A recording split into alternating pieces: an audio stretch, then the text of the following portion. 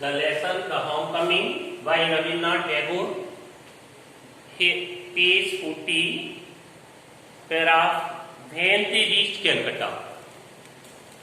Here, the writer describes that Fatick with his uncle reached Calcutta, where his uncle's family lived. Now, in Hindi, when they reached Calcutta, लेखक कहता है कि जब फटिक कलकत्ता पहुंचा अपने मामा के साथ, Phatik met the acquaintance of his aunt for the first time. तो उसका इंट्रोडक्शन कराया गया उसकी मामी से, पहली बार उसका परिचय हुआ, जान पहचान हुई।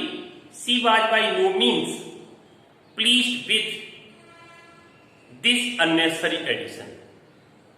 No means, by no means बिल्कुल भी, pleased happy, unnecessary addition to her family, वह बिल्कुल भी खुश नहीं थी। यह जो अनावश्यक जो बोझा था उसके परिवार पे जो अतिरिक्त बर्डन जुड़ रहा था, इससे वो खुश नहीं थी। She found her on 3 boys quite enough to manage.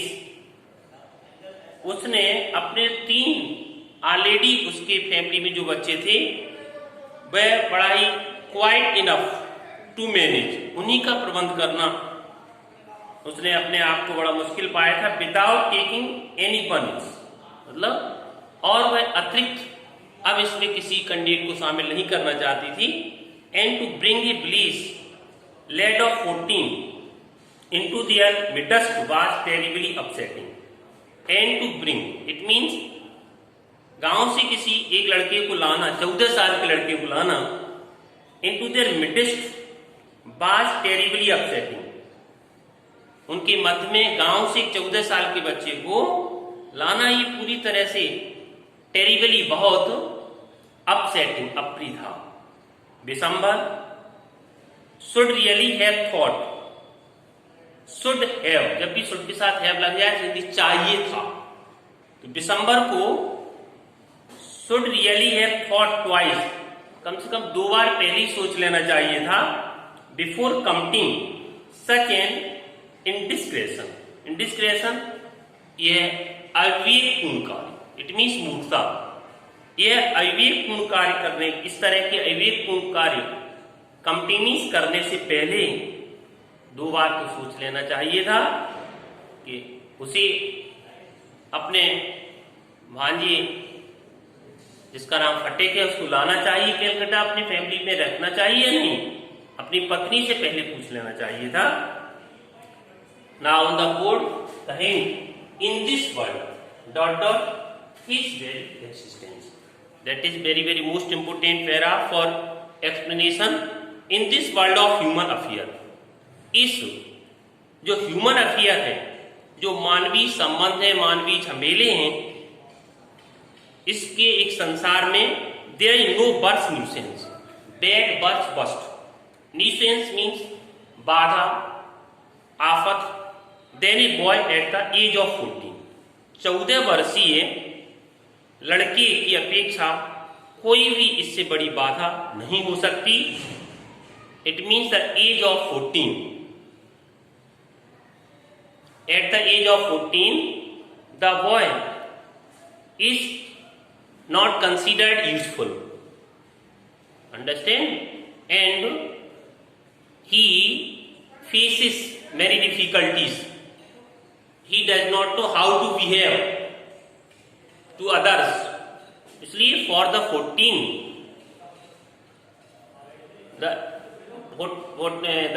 at the age of 14, the boy has many problems in the family, in the society. इसलिए इस पैराग्राफ में लेखक बताता है कि जो ये मानवीय झमेलों का एक संसार है, मानवीय संबंधों का एक संसार है, इसमें 14 वर्षीय एक लड़के की अपेक्षा इससे कोई और बड़ी बाधा नहीं हो सकती। 14 साल की उम्र में जितनी बाधा होती है उतनी और कभी बाधा नहीं हो सकती।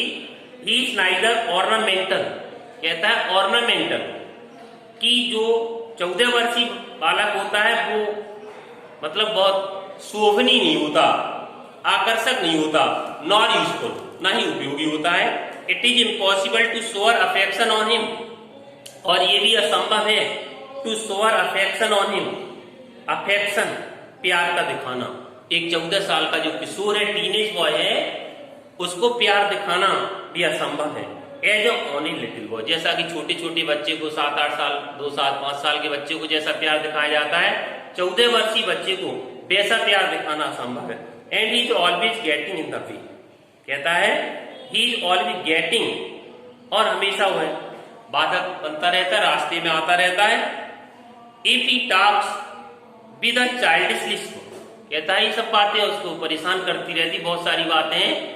क्या है कि यदि वो 14 वर्षीय लड़का चाइल्डिश लिस्ट हो, यदि बच्चों की तरह तुतलाता है, ही इज कॉल्ड बेबी, तो उसे लोग बेबी कहते हैं, शिशु कहते हैं।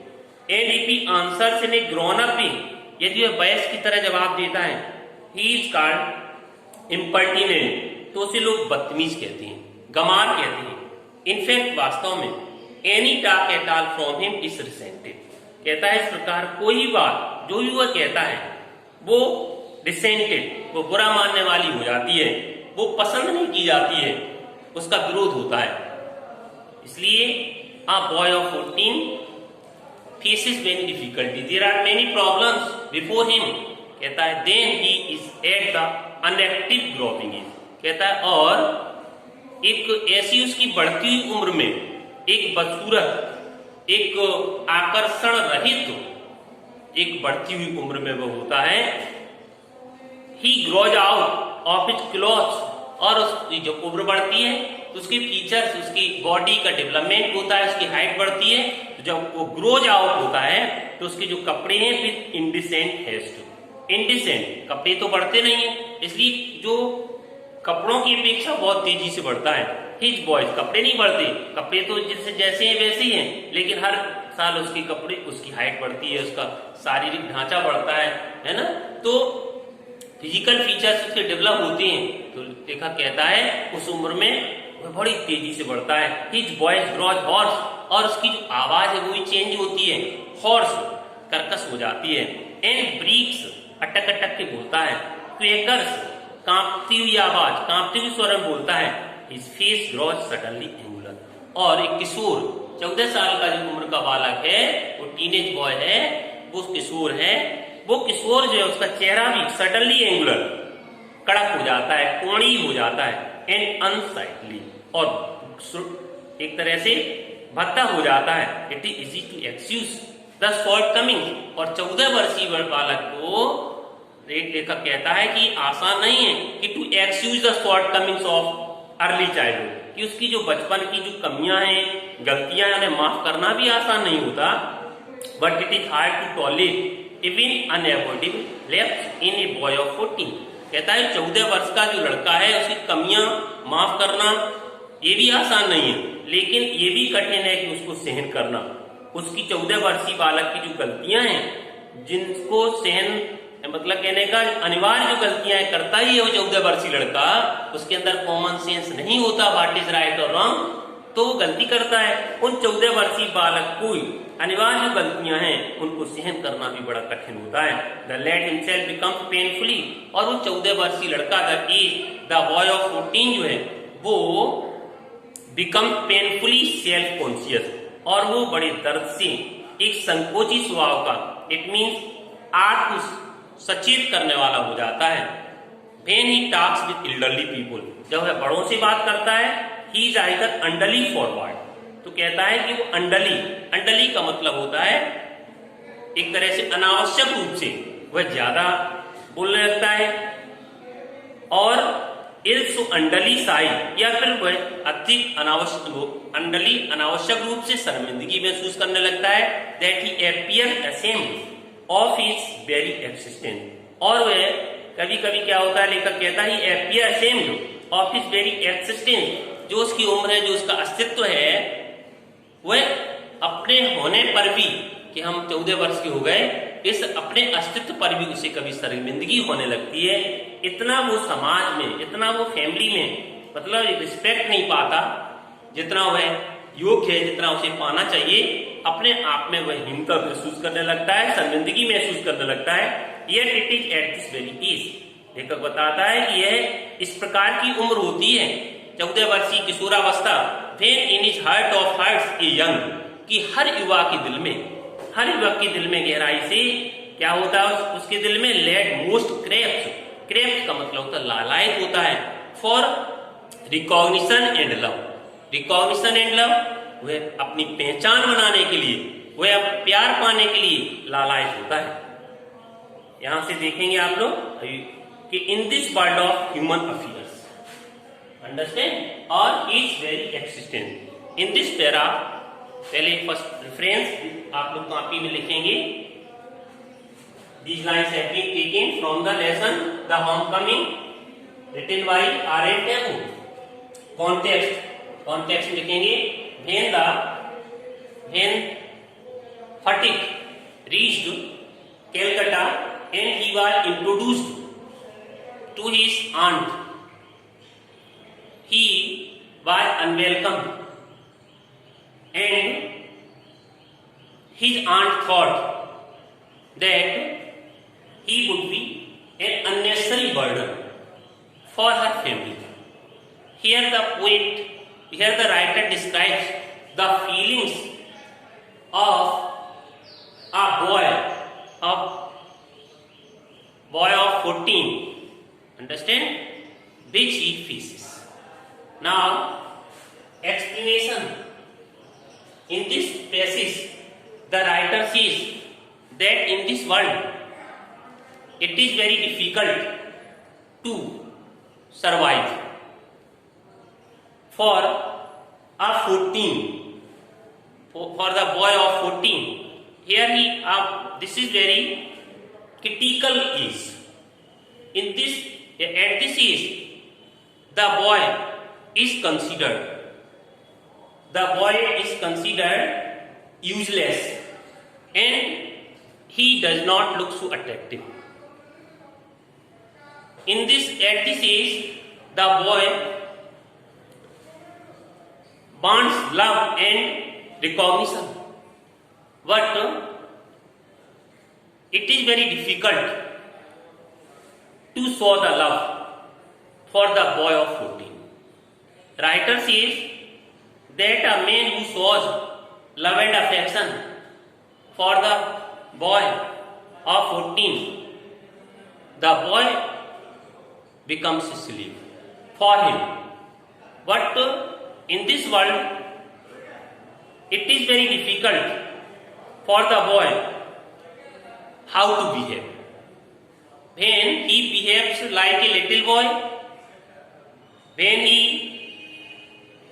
behaves like a childish boy, he is called a baby. When he talks with a childish lisp, then the people call him baby.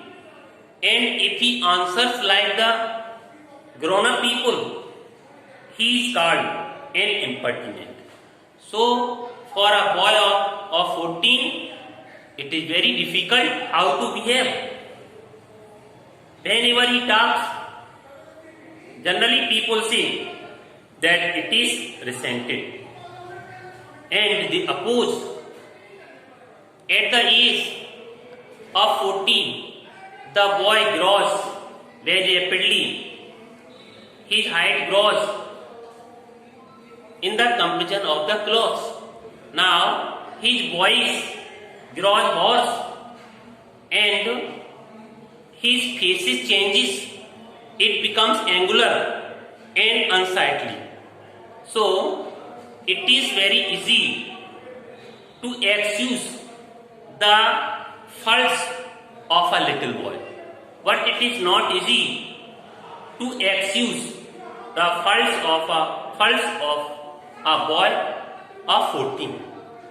Now, the writer says that it is very difficult to tolerate the shortcomings, the lapses in a boy of 14. In this way, in that situation, because the society looks towards the boy very hatefully. Here the society does not allow a boy freely. There are many difficulties for the boy. So everyone wants to guide a boy of 14. In this way, the writer says that the boy of 14 feels ashamed of this age, of his existence. In this way, the writer describes the feelings of the